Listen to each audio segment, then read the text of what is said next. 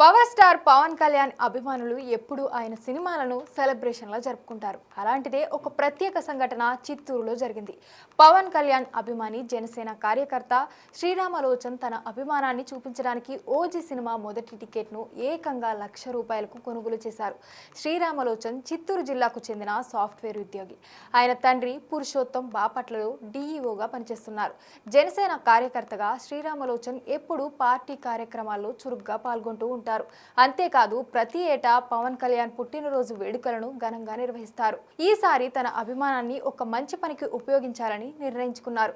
మొదటి టికెట్ కోసం ఇచ్చిన ₹1,00,000 సామాజిక సేవ కోసం ఖర్చు చేయాలని కోరారు. రాఘవ థియేటర్ యజమాని కూడా పవన్ కళ్యాణ్ అభిమాని కావడంతో వెంటనే అంగీకరించారు. ఈ మొత్తం చిత్తూరు రూరల్లోని నాయిని చెరువు గ్రామ అభివృద్ధికి ఉపయోగించాలని నిర్ణయం తీసుకున్నారు. తరువాత ఈ డీడీని పవన్ కళ్యాణ్ కార్యాలయానికి అందజేశారు. గ్రామాభివృద్ధి కోసం ఇంత వినూత్నంగా ఆలోచించిన శ్రీరామలోచన్ను స్థానికులు, థియేటర్ యాజమాన్యం, జనసేన నేతలు అందరూ అభినందించారు. మొత్తానికి అభిమానాన్ని ఒక మంచి పనికి మార్చిన ఈ సంఘటన ఇప్పుడు సోషల్ మీడియాలో వైరల్గా అవుతుంది.